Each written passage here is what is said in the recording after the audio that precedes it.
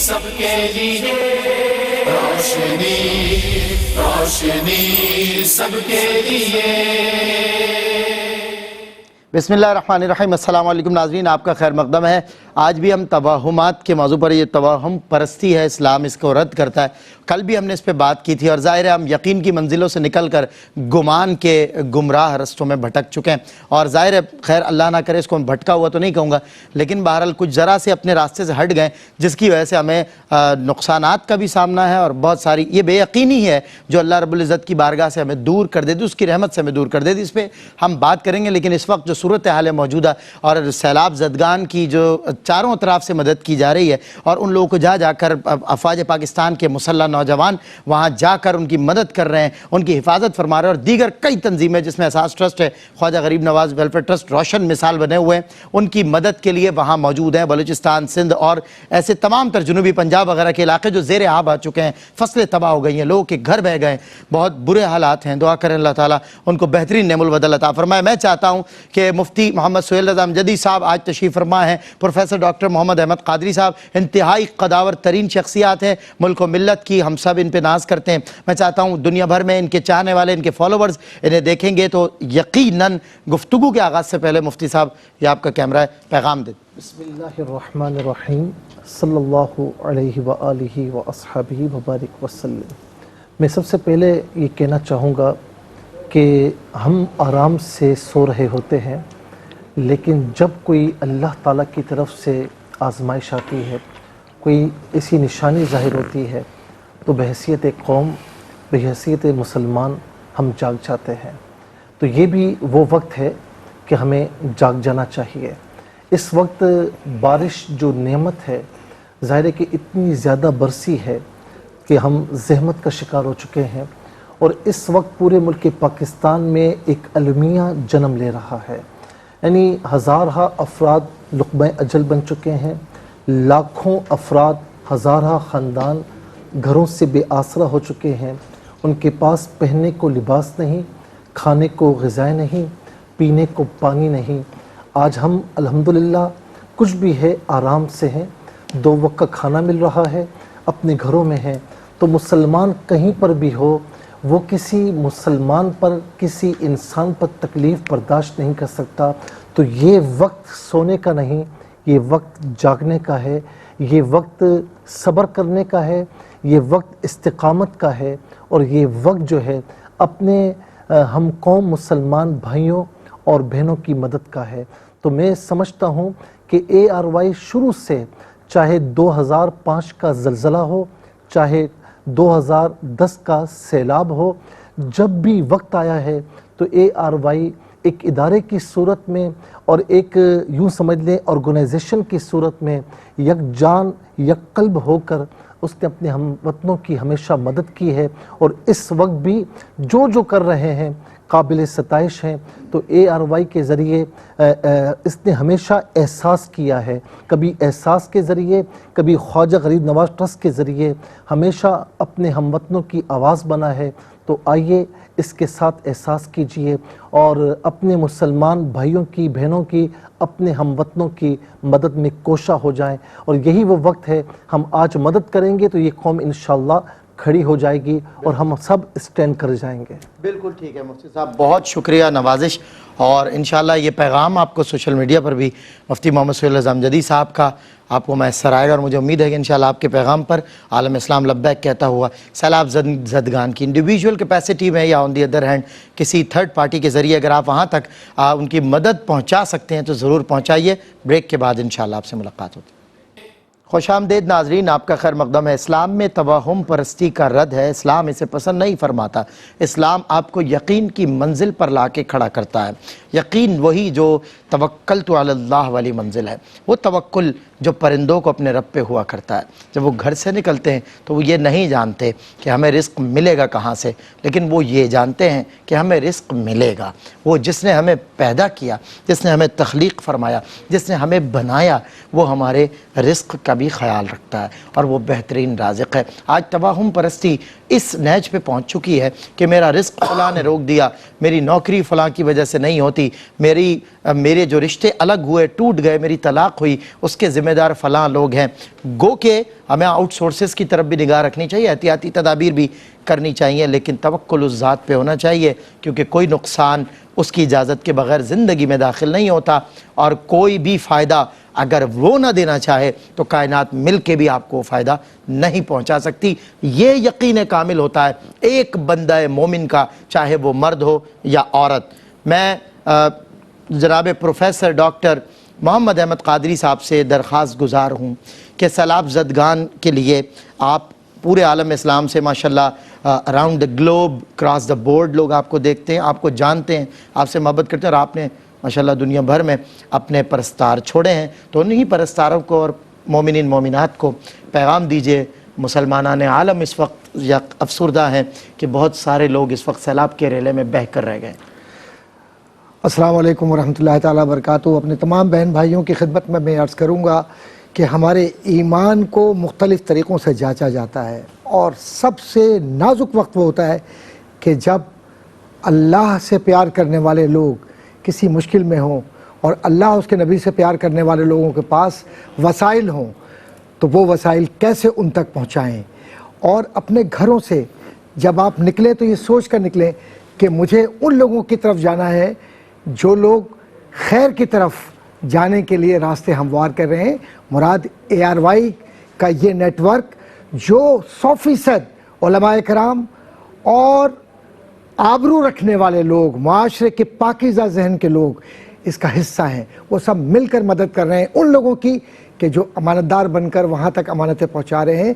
یہی وجہ ہے کہ سیلاب زدگان کا معاملہ ہو یا کسی اور مشکل گھڑی میں دنیا کے کسی حصے میں بھی کہیں انسانیت کی پکار ہو، ARY اور اس کا خاص طور پر جو سماجی حلقہ ہے جس کو آپ کہتے ہیں social organisations, KGN Khwaja Gharib نواز ٹرسٹ اور دوسرا احساس، یہ دونوں وہ بازو ہیں جو امت مسلمہ اور انسانیت کی خدمت کرنے کے لیے بغیر کسی تفریق کے آگے بڑھ کے مدد کر رہے ہیں۔ آئیے اپنے آپ سے ہم عہد کریں کہ ہمارے پاس جو کچھ بھی ہے وہ اللہ اور اس کے رسول صلی اللہ علیہ وسلم کی بارگاہ میں اس طرح سے پیش کریں کہ کل ہم سرخرو ہوں کہ الہی جو ہمارے پاس تھا تیری راہ میں ہم نے وقف کر دیا۔ کیا بات ہے ڈاکٹر صاحب، جزاک اللہ۔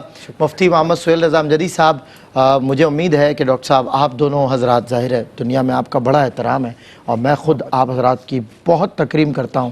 انفیکٹ میں نے ایک شخص ایسا نہیں دیکھا جو ان حضرات کی عزت نہ کرتا ہو۔ اللہ تعالیٰ آپ کی عزتوں میں اور برکت عطا فرمائے۔ میں مفتی صاحب آغاز اپنے موضوع سے کرنا چاہتا ہوں۔ توہم پرستی نے مفتی صاحب ہمارا بیڑا غرق کر کے رکھ دیا۔ اسلام میں توہم پرستی کو کنڈیم کس طرح کیا گیا ہے اور اسلام توہم پرستی کو کیسے دیکھتا ہے؟ تفصیلات کیا ہیں؟ بسم اللہ الرحمن الرحیم، صلی اللہ علیہ وآلہ وأصحابہ وبارک وسلم۔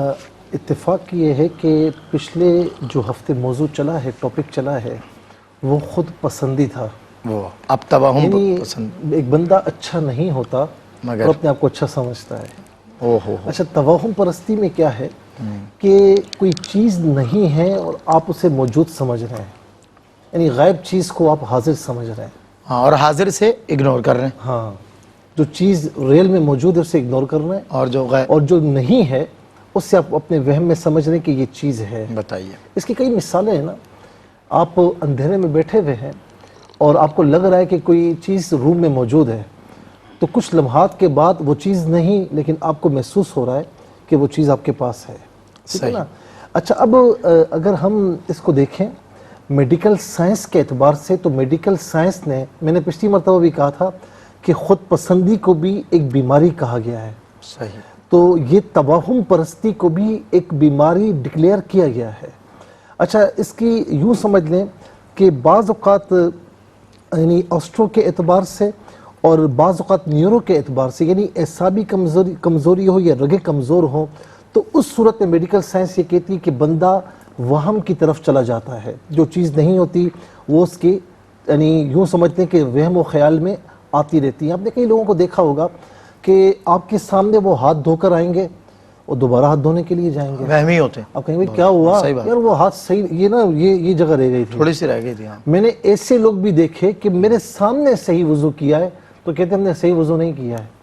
میرے سامنے نماز پڑھی, کہا کہ نہیں میں نے 4 رکعتیں نہیں پڑھی ہیں, 3 رکعتیں پڑھی ہیں, میں نے صحیح نماز نہیں پڑھی. جبکہ ہم نوٹس کیا ہم نے کہ اس نے 4 پڑھ لی ہیں. بار بار نمازیں, بار بار وضو, بار بار وہ کام, یعنی 10 مرتبہ میں نے لوگوں کو ہاتھ دھوتے ہوئے دیکھا ہے. بالکل. تو جو چیز نہیں ہے وہ کر رہے ہیں, ان کے وہم و خیال میں آ چکی ہے, توہم پرستی کا شکار ہو چکے ہیں. تو یہاں پر یوں کہوں گا کہ ایک چیز توہم پرستی میں فزیکل چیز ہوتی ہے, صحیح ہے, اور ایک یوں سمجھ لیجیے کہ تصوراتی, صحیح, یعنی ازیوم کرتا ہے تصوراتی. جب تصوراتی میں ہم آ جاتے ہیں نا تو اس میں پھر عقائد کی بات ہوتی ہے, اور اس میں ہم بہت دور تک نکل جاتے ہیں. کوا بیٹھا تو جی آج مہمان آئیں گے, ٹھیک ہے نا. اچھا اسی طریقے سے آپ گھر سے باہر نکلے تو جی وہ کالی بلی آ گئی تو آج تو میرا کام نہیں ہوگا. بتائیے. اچھا کسی ایسے انسان کو دیکھیے جو آپ کو پسند نہیں ہے, یار اس کی منحوس, معاذ اللہ کسی انسان کو منحوس نہیں کہنا چاہیے. اللہ تعالیٰ کی کسی مخلوق کو, کسی دن کو بھی منحوس نہیں کہنا چاہیے. یار اس کی شکل دیکھ لی نا, اب میرا کام پورا دن ہونے کا ہی نہیں ہے. تو محاورہ بن کے رہ گیا, اور مطلب زبان زدے حال یہ بات. تو یہ وہ توہم پرستی کے کچھ یوں سمجھ لیں کہ مناظر ہیں جو ہم اپنی آنکھوں سے دیکھتے ہیں.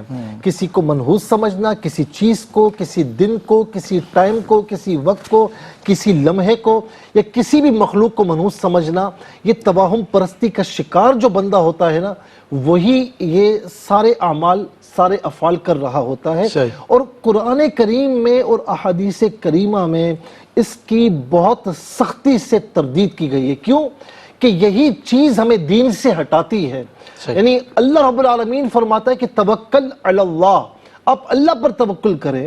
روزی دینے والا, اولاد دینے والا, ساری خوشیاں, ساری نعمتیں عطا فرمانے والا وہی ہے. اس نے اسباب مقرر کیے ہیں لیکن وہ اسباب کا محتاج نہیں ہے. وہ چاہے تو بغیر کسی سبب کے کسی کو اولاد دے دے, کسی کو ساری نعمتیں دے دے. یہ ایک علیحدہ بات ہے کہ ہمیں تھرو پراپر چینل اسباب کو اختیار کرنا چاہیے. اب آئیے میں قرآن کریم سے کچھ مثالیں دے دیتا ہوں. عیسیٰ علیہ السلام نے 3 حواریین کو بھیجا تھا نا, تو اب جب وہ وہاں پر پہنچے اور سارے معاملات ہوئے, ایک طویل واقعہ, لیکن اس میں کیا تھا کہ وہ کہتے تھے کہ جی تم ہماری طرح انسان ہو, تو کہتے تھے ہم انسان ہیں. تو یہ کہتے تھے کہ ہمیں عیسیٰ علیہ السلام نے بھیجا ہے, اِنَّا إِلَيْكُمْ لَمُرْسَلُونَ, ہم بھیجے گئے ہیں. تو انہوں نے کیا کہا, اِنَّا تَطَيَّرْنَا بِكُمْ, ہم آپ کو منحوس سمجھتے ہیں. قرآن نے سختی سے اس کی تردید کی. اسی طریقے سے موسیٰ علیہ السلام کو ان کی قوم نے کیا کہا, فَإِذَا جَاءَتْهُمُ الْحَسَنَةُ قَالُوا لَنَا هَذِهِ, کہ جب ان کے پاس کوئی بھلائی پہنچتی تو کہتے ہیں کہ یہ ہماری ہے, اور برائی آتی, جب انہیں کوئی برائی پہنچتی تو وہ موسیٰ علیہ السلام کی طرف منسوخ کر دیتے ہیں. اور مرتے پھنستے تو بھی ان کے پاس آتے. یہ آپ کی وجہ سے ہم پر یہ آیا ہے. قَالُوا طَيَّرْنَا بِكَ وَبِمَن مَّعَكَ, یہ بھی کہا گیا کہ انہوں نے کہا کہ ہم آپ کو منحوس سمجھتے ہیں اور جو آپ پر ایمان لائے ہم انہیں بھی منحوس سمجھتے ہیں. تو قرآن کریم نے اس کی سختی سے تردید فرمائی, اور نبی علیہ السلام نے فرمایا کہ لا عدوہ ولا طیرتا ولا صفرا, کہ کوئی بیماری, کوئی کہے کہ مجھے فلاں سے بیماری لگ گئی ہے, نہیں, بیماری دینے والا اللہ رب العالمین ہے. کوئی چیز منحوس نہیں اور کوئی مہینہ بھی منحوس نہیں ہے. بالکل صحیح, یہ آپ نے اچھا کر دیا آخر میں مہینے کا. میں چاہ رہا تھا آپ کو انٹرپٹ کروں کہ کوئی مہینہ بھی منحوس نہیں ہے. سفر کے بارے میں جو ہمارے استغفر اللہ کانسیپٹ ہے, میں جناب پروفیسر ڈاکٹر محمد احمد قادری صاحب, حضور ارشاد فرمائیے گا, توہم جو ہے وہ انسان کو کسی بھی طور کا ہو سکتا ہے, اس میں اچھی چیزیں بھی سامنے ہوں تو اس میں بھی انسان توہمات کا شکار ہوتا ہے. مثال کے طور پہ ہمارے یہاں کہا جاتا ہے جی مصلی جو ہے کھلا نہیں چھوڑ دو. نعوذ باللہ یہاں تک کہہ دیا جاتا ہے کہ شیطان نماز پڑھ, اگر شیطان نے نماز ہی پڑھنی ہو تو پھر وہ آپ کو نماز سے بھٹکائے کیوں, پہلی بات. دوسرا, قرآن پاک کھلا نہیں چھوڑنا چاہیے, اس کے بارے میں بھی کچھ تو یہ بھی کہتے ہیں کہ شیطان پڑھتا ہے, کچھ کہتے ہیں کہ جی اس کی بے برکتی ہے, کیا ہے. بہرحال ایسے کئی توہمات ہیں جو میرے اور آپ کے گرد گھوم رہے ہیں. ارشاد فرمائیے گا کہ کیا ضرورت کس امر کی ہے, اس توہم کی حقیقت کیا ہے, قرآن کھلا چھوڑنا, مصلی کھلا چھوڑ دینا, کیا ہوتا ہے اس سے؟ اعوذ باللہ من الشیطان الرجیم, بسم اللہ الرحمن الرحیم, وعلیہ صلی وسلم دائما ابدا علی حبیبک خیر الخلق کلہم.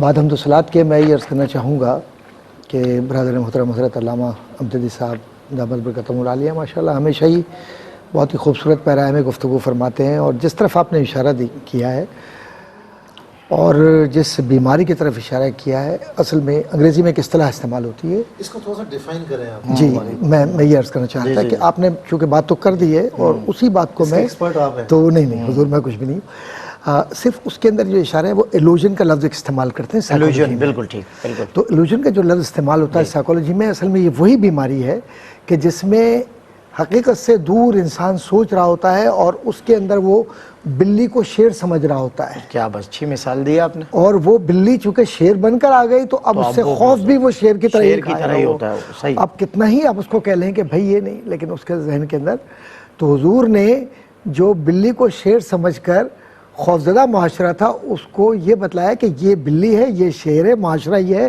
حقیقت یہ ہے. واہ، تو حقیقت کی طرف لے آئے، عدم سے نکلو اور حقیقت میں آؤ. واہ. تو عالم حقیقت میں جب یہ جو کچھ ہم دیکھ رہے ہیں، مثال کے طور پر جو آپ نے سوال کیا کہ مسلح کھلا ہوا ہے، اصل میں مسلح ایک ایسا علامت اظہاریہ ہے کہ جس سے ہمارا ایک تعلق عبادت کا ہے. ہم پیار کرتے ہیں مسلح سے کیونکہ ہم سجدہ کرتے ہیں، ہم اللہ کو یاد کرتے ہیں اور وہ ہم سوچتے ہیں کہ صاف ستھرا ہونا چاہیے اس کو.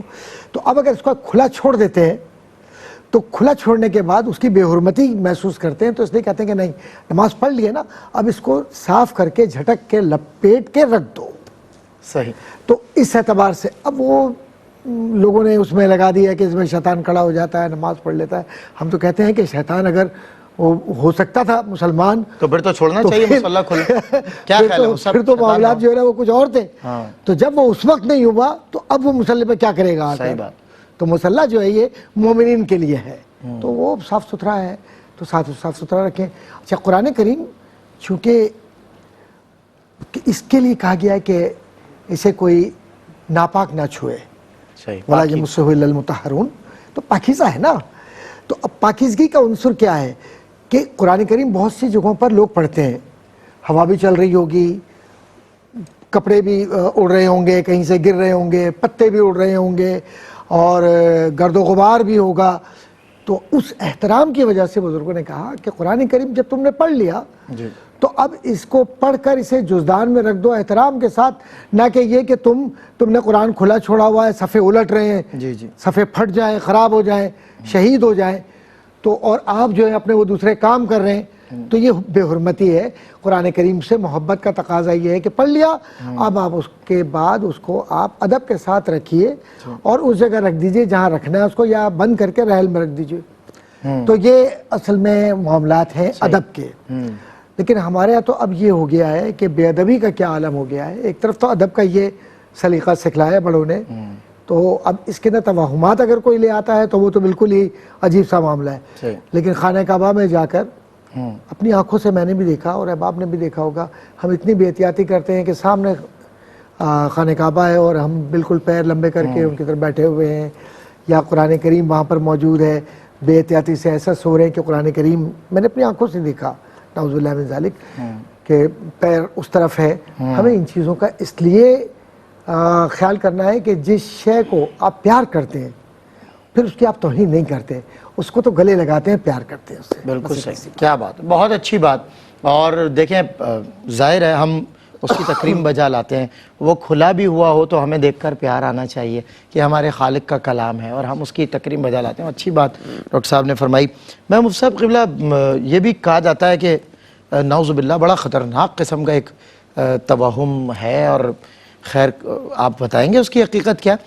کہا جاتا ہے قرآن مجید میں سے اگر کوئی بال نکل جائے، وہ کسی کا گر گیا ہو وٹ ایور، نعوذ باللہ کہا جاتا ہے رسول اللہ کے بال ہیں، قرآن سے ملیں، اور پھر اسے بڑا مقدس. آپ کو یاد ہوگا ہمارے بچپن میں مور کے پر بھی اور یہ سب. ارشاد فرمائیے اس حوالے سے. اچھا، اس حوالے سے میں یہ بھی عرض کروں گا کہ بعض اوقات یہ بھی ہوتا ہے کہ جو جے نماز کی بات کی نا قبلہ ڈاکٹر صاحب نے، بڑی خوبصورت بات ارشاد فرمائی، بہت خوب ماشاءاللہ. تو بعض اوقات ایسا بھی ہوتا ہے کہ کوئی جلدی میں نماز پڑھ کے، اور میں نے اپنی آنکھوں سے دیکھا ہے کھڑے ہو کر، اب اس کے جو ہے نا وہ پاؤں کے نیچے جے نماز ہے تو وہیں سے کھینچتا ہے اور یوں کر کے پھینک دی. یہ بے ادبی ہے، بے احترامی ہے. اس کو اچھی طریقے سے لپیٹ کر رکھیں کہ آپ کی نماز پڑھنے کی جائے نماز، سر جھکتا ہے خالق کے آگے. صحیح بات. اور آپ یہ سوچیں کہ جس طریقے سے، کیونکہ حضور نبی کریم علیہ السلام نے فرمایا کہ نماز ایسی پڑھو جیسا کہ میں پڑھتا ہوں، یعنی میری اتباع میں نماز پڑھو نا۔ اللہ اکبر۔ تو ذرا یہ سوچیں کہ ہم حضور نبی کریم علیہ السلام کے نقش قدم پر چلتے ہوئے نماز پڑھ رہے ہیں، تو یہ ایک بہت بڑا فریضہ ہے جو اللہ کی بارگاہ میں بندہ ادا کرتا ہے۔ بالکل تو اسے باوقار طریقے سے ہونا چاہیے۔ ہاں، ایک اسپیسیفک دیکھیں وہ ہے کہ جی ہر رب کے آگے سر جھکنا ہے، تو اللہ تعالیٰ بھی آپ کا اہتمام فرما رہا ہے کہ دیکھو تمہارا سر اس پہ لگے، نرمی سے لگے۔ اچھا، دوسرا یہ کہ یہ جو بال مبارک کے حوالے سے آپ نے کہا، آپ تو یہ بات کر رہے ہیں، آج کل ہم اتنا آگے نکل چکے ہیں کہ بعض شہروں میں، بعض دیہاتوں میں حضور نبی کریم صلی اللہ علیہ وسلم کے بال مبارک نہیں ہوتے، اور مشہور کیا ہوا ہوتا ہے کہ یہ حضور نبی کریم علیہ السلام کے بال مبارک ہیں۔ استغفر اللہ۔ اور حضور نبی کریم علیہ السلام ڈائریکٹلی یہ حدیث تو اس پر نہیں آ رہی، لیکن آقا علیہ السلام نے فرمایا کہ جس نے مجھ پر جھوٹ باندھا وہ اپنا ٹھکانہ جہنم بنا۔ اللہ اکبر۔ صاحب میں کنٹینیو کروں گا، انشاءاللہ ایک بریک ہے۔ استغفر اللہ ربی من کل من۔ صاحب سن کے خوف آتا ہے کہ مطلب نعوذ باللہ ایک عام بال ہوں اور کوئی کہہ دے۔ ایک بریک کے بعد ہوتی ہے ملاقات۔ ویلکم بیک ناظرین، خیر مقدم ہے آپ کا۔ مفتی محمد سہیل رضا امجدی صاحب، پروفیسر ڈاکٹر محمد احمد قادری صاحب کے ساتھ پروگرام جاری ہے۔ توہم پرستی کا موضوع ہے۔ مفتی صاحب ارشاد فرما رہے تھے، میں نے پوچھا تھا کہ قرآن سے بالوں کا نکلنا اور نعوذ باللہ لوگوں کا یہ کہنا کہ یہ بال قرآن سے ملا ہے تو رسول اللہ کا، تو ایک عجیب جو ازیوم کر لیا، جو بات دل دماغ میں آئی وہ کہہ ڈالی اور وہ کر ڈالی۔ مفتی صاحب آپ ارشاد فرما رہے اسی طرح میں بڑی نازک بات کہنے جا رہا ہوں کہ حضور نبی کریم علیہ السلام کی آل اولاد میں سے ہونا انتہائی باعث فخر ہے اور باعث شرف اور فضیلت ہے۔ صحیح۔ اور ہم خود جو ہے محرم الحرام کے مہینے میں اس بات کو بیان کر چکے ہیں کہ آل بیت اطہار کا مقام اور مرتبہ کیا ہے۔ لیکن سید سلمان گل صاحب، آپ بھی ماشاءاللہ سید ہیں، سادات ہیں، کیا ہم نہیں دیکھتے کہ ایک شخص سید نہیں ہوتا لیکن اپنے آپ کو منسوب کرتا ہے، اچانک سید وہ منسوب کرے گا، ہم عزت کریں گے، کیونکہ ہمیں اس سے کوئی مطلب نہیں ہے۔ بالکل صحیح ہم جس سے محبت کرتے ہیں اس کا کوئی بھی نام لے گا تو ہم عزت کریں گے اس کی۔ ہمارا کام یہ، اللہ رب العالمین ہمیں اس کا اجر و ثواب بھی عطا فرمائے گا۔ لیکن حضور نبی کریم صلی اللہ تعالی علیہ وسلم نے ہی فرمایا نا کہ من ادعا من غیر ابیہ، کہ جس نے اپنے باپ کے علاوہ اپنے آپ کو کسی اور کی طرف منسوب کیا تو اس پر اللہ کی لعنت ہے اور تمام فرشتوں کی لعنت ہے۔ بالکل صحیح۔ اچھا، اسی طرح ذرا سی میں اور بات کو آگے بڑھاؤں کہ خواب کوئی بھی نہیں آتا، لیکن اپنے توہمات میں ایک خیالات، ایک مناظر گھڑ لیے جاتے ہیں اور صبح اٹھ کر لوگوں کو سنایا جاتا ہے کہ میں نے حضور نبی کریم علیہ السلام کو خواب میں دیکھا، میں نے فلاں نبی کی، فلاں ولی کی سواری دیکھی۔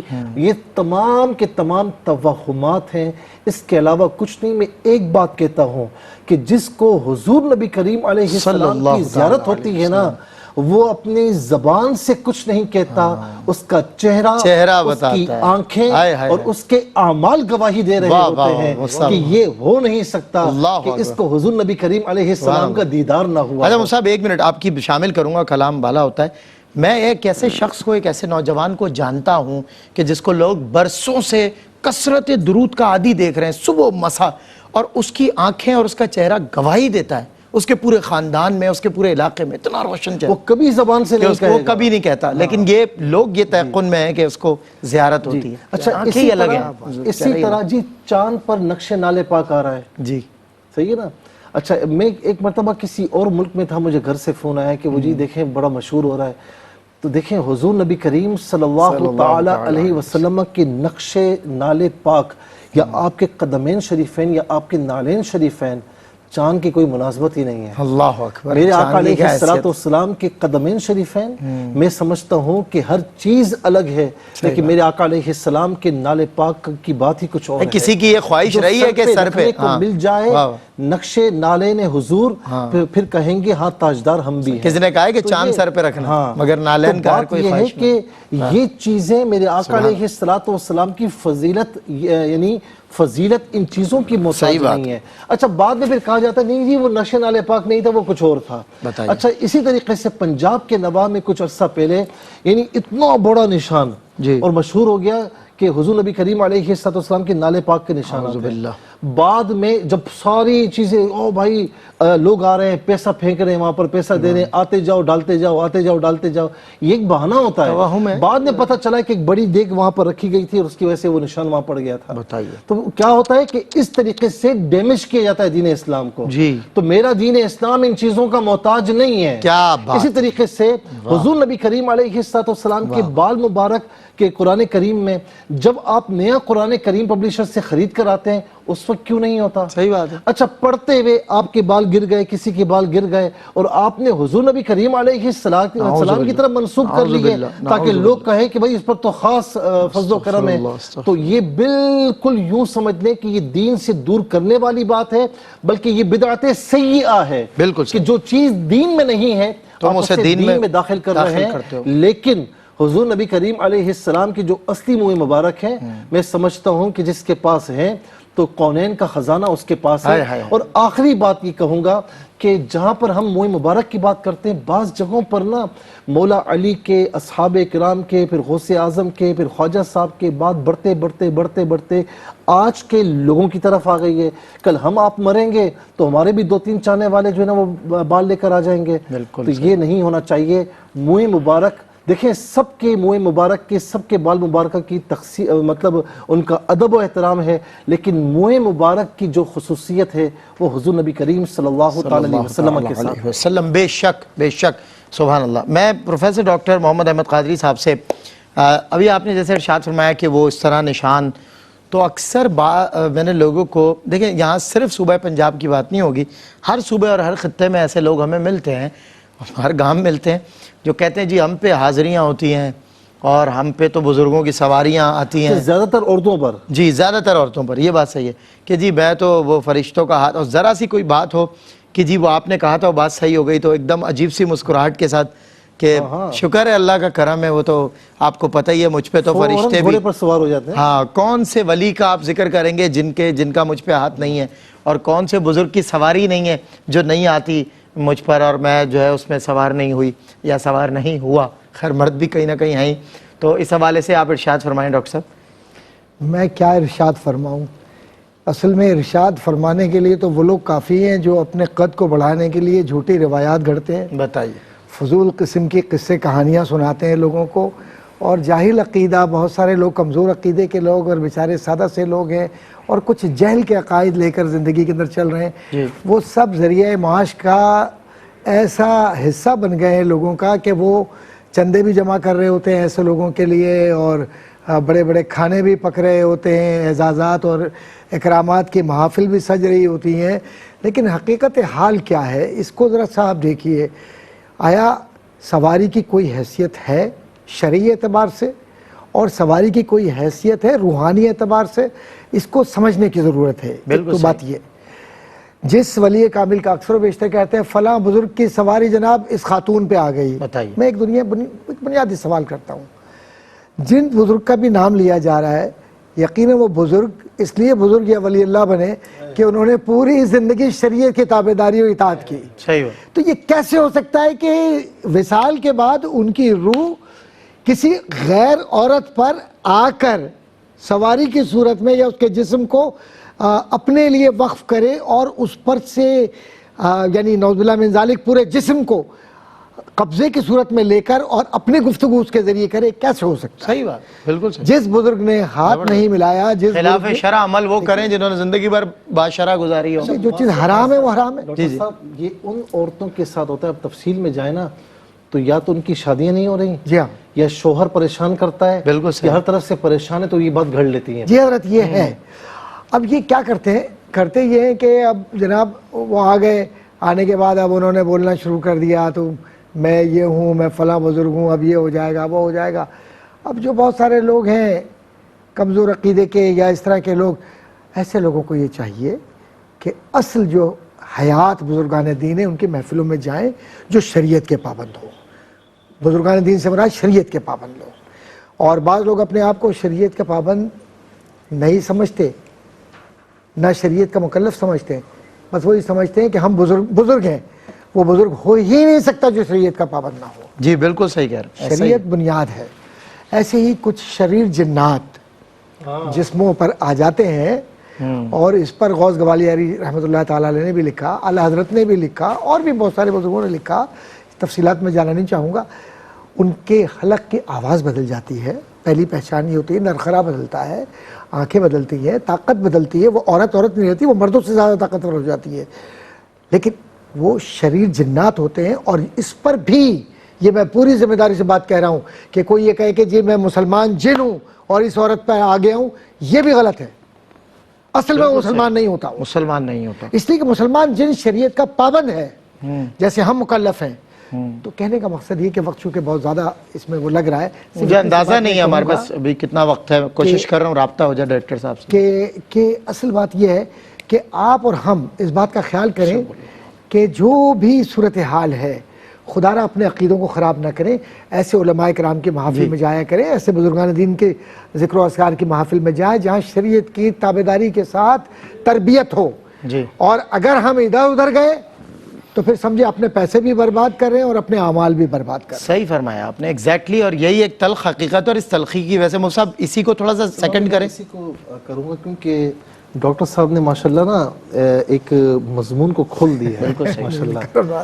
ایک اور چیز، میں نے محفل نعت کروائی ہے تو اس میں حضور نبی کریم علیہ السلام آئیں گے، یہ مطلب معاذ اللہ، تمہاری یہ اوقات ہے، ہماری یہ اوقات ہے کہ حضور نبی کریم صلی اللہ تعالیٰ علیہ وسلم آئیں گے۔ یہاں زمانے سے بزرگ بنتی کر رہے ہیں، بڑے بڑے بزرگ کہ میرے گھر میں بھی ہو جائے پیر صاحب کی وہ محفل ہے کہ مولا علی رضی اللہ تعالیٰ عنہ آتے ہیں، وہ بھائی تم کون ہو یار، تمہاری حیثیت کیا ہے؟ اس خیال کا ہونا کہ تشریف لے آئیں۔ دیکھیں حضور نبی کریم علیہ السلام اللہ کی جانب سے مختار ہیں، اللہ کی عطا کردہ تمام انعامات ہیں، وہ چاہیں تو تشریف لا سکتے ہیں۔ بالکل ایسا ہے، لیکن آپ کا یہ کہنا، میرا یہ کہنا کہ میری محفل میں اپنے اوپر رکھ کر کہہ رہا ہوں تاکہ لوگ سمجھ جائیں بالکل کہ جی یہ ایک جنرلی بات ہو رہی ہے، تو بھائی آپ کی ہماری یہ اوقات نہیں کہ ہم یہ الفاظ کہیں۔ اور حاضر و ناظر کا مطلب یہ ہوتا ہے کہ حضور نبی کریم علیہ السلام اپنے مزار پر انوار میں مثل حیات طیبہ، مثل حیات زندگی آپ تشریف فرما ہیں، اور اللہ کی عطا سے ہر چیز آپ ملاحظہ فرما رہے ہیں۔ حاضر و ناظر کا مطلب یہ ہے۔ اور آخری بات کہوں گا، صاحب ایک سوال بھی ہے، اب اس کے ساتھ اس میں ایک بات اور بھی کہوں گا۔ میں ابھی مدینہ شریف میں تھا، ایک عجیب واقعہ ہوا میرے ساتھ کہ میں افطار کے وقت وہاں پر پہنچا ہوں تو وہاں دسترخوان، پیر اور جمعرات کو دسترخوان تھے، تو وہاں بڑا مزہ آتا ہے، آپ کو پتہ ہوگا۔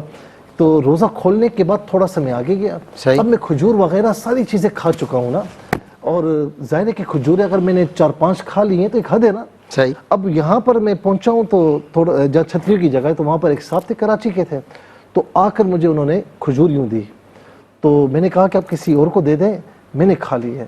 وہ غصہ ہو گئے مجھ پر، اچھا، مجھے کہا ٹی وی پر آتے ہو تو غرور تکبر کرتے ہو، آپ کو یہ زیب نہیں دیتا، یہ نہیں ہوتا، وہ نہیں ہوتا۔ خیر یہ تو روز ہی بھگتنا ہوتی ہیں چیزیں۔ بات تو سنیں، میں بڑا شرمندہ ہوا، میں نے کہا مدینہ شریف میں تو یہ نہیں ہونا چاہیے کے ذہن میں بات۔ اچھا میں اس شخص کو دیکھتا رہا، ایک جگہ جا کر بیٹھ گیا۔ اچھا نماز کے بعد میں اس کے پاس گیا ہوں تو مجھ سے بات نہیں کر رہا، ناراض ہو گیا۔ ہاں میں نے اس کے ہاتھ چومے، میں نے معافی مانگی، میں نے کہا مجھے معاف کر دیں اور آپ مجھے دیں۔ اللہ اکبر، نہیں مدینہ شریف، مدینہ پاک، صحیح بات ہے، میں نے کہا مجھے دیں، بالکل صحیح، ویسے بھی نہیں کرتے، میں نے کہا میں آپ کے ہاتھ سے کھاؤں گا، ہمبل۔ تو انہوں نے مجھے کھلاتے ہوئے کیا کہا، آپ کو نہیں پتا مجھے کس نے اشارہ کیا تھا؟ اچھا، یہ دیکھیں بہت بڑی بات ہو جاتی ہے۔ ہاں صحیح بات۔ تو ہمیں ایسی بات اپنے آپ کو بڑا جاننے اچھا کے اب لیے، بدگمان بھی نہیں ہو سکتے، نعوذ باللہ، اب کیا پتا، اپنے آپ کو زیادہ بڑا ظاہر کرنے کے لیے اس طرح میں نے کہا نا کہ جس کے ساتھ معاملات ہوتے ہیں اس کی زبان کبھی ان معاملات میں، ارے وہ اس میں جذب کا وہ سمندر جذب کیے ہوئے بیٹھا ہوتا ہے، ایسا تھوڑی ہے کہ وہ جو ہے وہ ہر جگہ چھلک جائے، اگر ایسے ہی چھلکنے لگے اس سے ہی ملتا ہے جو جذب کرنا جانتا ہے، بالکل۔ اچھا خیر میرے پاس 1 منٹ بچا ہے، میں چاہوں گا ڈاکٹر صاحب سے میسج، آپ سے ایک چھوٹا سوال ٹو دا پوائنٹ یہ پوچھنا چاہتا ہوں۔ کہا جاتا ہے کہ اگر سیدھے ہاتھ میں کھجلی ہو تو پیسہ آتا ہے، تو مفتی صاحب مجھے تو اکثر سیدھے ہاتھ میں کھجلی رہتی ہے لیکن جاتے ہی ہیں پیسے، آتے نہیں ہیں، آ تو رہے ہی نہیں ہے نا بالکل، تو بتائیں اس حوالے سے کیا صورتحال؟ دیکھیں لوگوں کا یہ مسئلہ ہے کہ خاص وقت میں کوئی چیز ہو جائے تو اسے کہیں نہ کہیں منسوب کر دیتے ہیں۔ اچھا ہاں صحیح، سیدھی آنکھ پھڑک رہی ہے ہاں تو خوشخبری آئے گی، صحیح. سیدھے ہاتھ میں ہتھیلی میں کھجلی ہو رہی ہے تو جی اس پہ پیسہ آئے گا.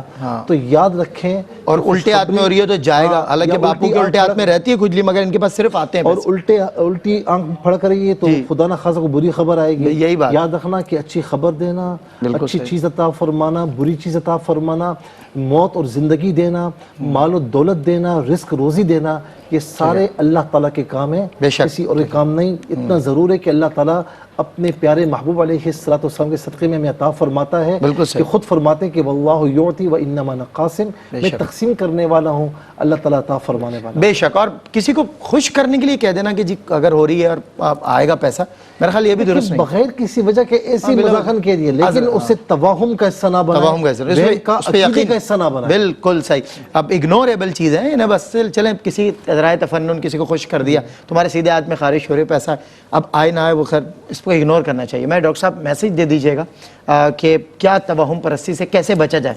بس آسان سے طریقہ یہ ہے کہ دل کے اندر ایسی چیزیں نہ بسائیں جن کا تعلق دین سے نہ ہو.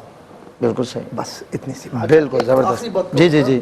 کچھ ایسے ٹوٹکے جو گھر کی بڑی بوڑھیاں دیتی ہیں, جی جی, اور وہ شریعت سے متصادم نہیں ہے. صحیح. اور وہ ہوتے بھی ہیں, تجربہ بھی ہے, ٹھیک ہے, کوئی حرج نہیں ہے. ٹھیک ہے. اور اسی طریقے سے کوئی اچھی فال لینا, صحیح, کسی کا اچھا نام ہے کہ بھائی جاؤ اللہ تعالیٰ تمہیں کامیاب فرمائے, جیسے کسی کا نام افلاح ہے کامیاب, تو کہا کہ جاؤ تمہیں اللہ تعالیٰ کامیاب فرمائے. صحیح. تو یہ اچھی فال لینا یہ اچھی بات ہے, حدیث پاک سے ثابت ہے. ایگزیکٹلی. بہت شکریہ مفتی محمد سہیل رضا امجدی صاحب اور جناب پروفیسر ڈاکٹر محمد احمد قادری صاحب. پوری دنیا میں الحمدللہ ان حضرات سے بڑی محبت کی جاتی ہے, اور آج انہوں نے بہت ہی محبت کے ساتھ ایک مرتبہ پھر بہت سیر حاصل کلام کیا. موضوع سے متعلق جو سوال میرے ذہن میں آتا گیا میں حضرت سے پوچھتا گیا, اور حضرات علماء اس پر خوبصورت اس کا آسان حل پیش فرماتے رہے. جاتے جاتے بھی بس اتنی سی بات کہوں گا کہ میں اور آپ سیلاب سے دور ہیں, کتنا مربوط ہے آقا کا حصار رحمت, آج تک ہم کو تباہی سے بچا رکھا ہے. اور شکر ادا کرنا چاہیے اللہ کی بارگاہ میں, اور اس شکر کی تکمیل تب ہوگی جب آپ ان لوگوں کی مدد کریں گے. صرف یہاں بیٹھ کر شکر بجا لانا یہ آدھا شکر ہے, اس کو مکمل کریں اور اپنے اس شکر میں سے, یہ جو شکر ہے اس کو پریکٹیکلی اپنے میں سے کچھ حصہ نکالیں. آپ محفوظ ہیں, صدقہ نکالیں ان لوگوں کے لیے, ان کو مدد پیش کریں, ان کے ساتھ تعاون کریں. ان کے گھر بہہ گئے, ان کی زمینیں بہہ گئیں, کسان اب سر پکڑ کے کھلے آسمان کے نیچے بیٹھا ہے, چاروں طرف اس کے پانی ہے, ریگ و صحرا آج پانی کے ریلے بن چکے ہیں. لوگوں کی حالت دیکھیے جا کر, چھوٹے چھوٹے بچے لے کر گود میں بیٹھے ہوئے ہیں کھلے آسمان کے نیچے, اور اللہ سے مدد مانگ رہے ہیں. اللہ کے بندے ہی اللہ کے بندوں کی مدد کرتے ہیں, اور یہی مدد اللہ کی مدد ہوتی ہے. آئیں اللہ کے اس کام میں, اللہ کی اس مدد میں ہم بھی ذریعہ کار بنیں. خواجہ غریب نواز ویلفیئر ٹرسٹ, احساس ٹرسٹ بہت ایکٹیو ہے اور بہت الحمدللہ تمام تر علاقوں میں جا کے جو زیر آب ہیں لوگوں کی خدمت کر رہا ہے. بھرپور ساتھ دیں احساس ٹرسٹ اور خواجہ غریب نواز ویلفیئر ٹرسٹ کا. السلام علیکم ورحمۃ اللہ وبرکاتہ.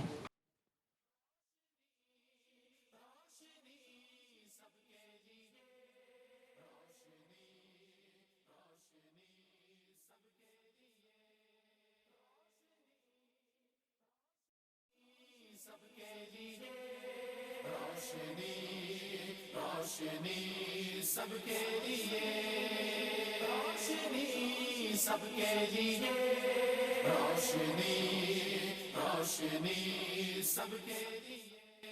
اللہ اللہ